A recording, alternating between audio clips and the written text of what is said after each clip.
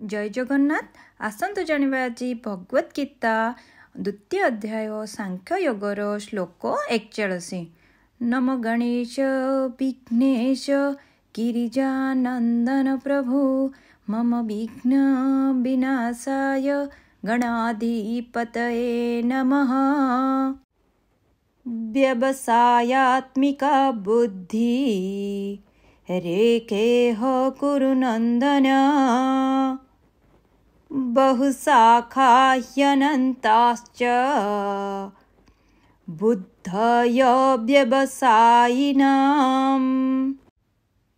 यार अर्थ होची भगवान श्रीकृष्ण अर्जुन को कहउचंदी जेउ लोकंकर बुद्धि एक लक्ष्य रे एकाग्र थाए माने व्यवसायात्मिका बुद्धि से माने निजर कार्य रे अटुट रुहंती।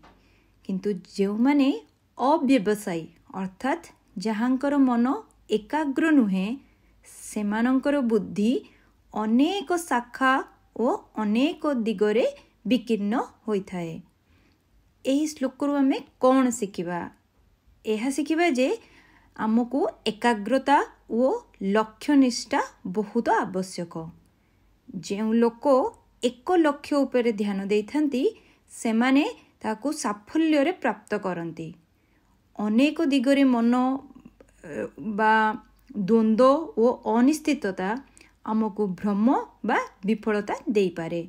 जोंथिरे निश्चय और दृढ़ विश्वास अच्छी सेइथिरे विकास और गति अच्छी।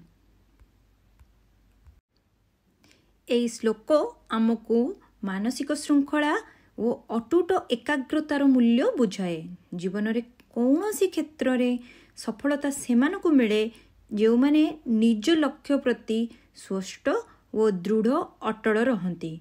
जय जगन्नाथ।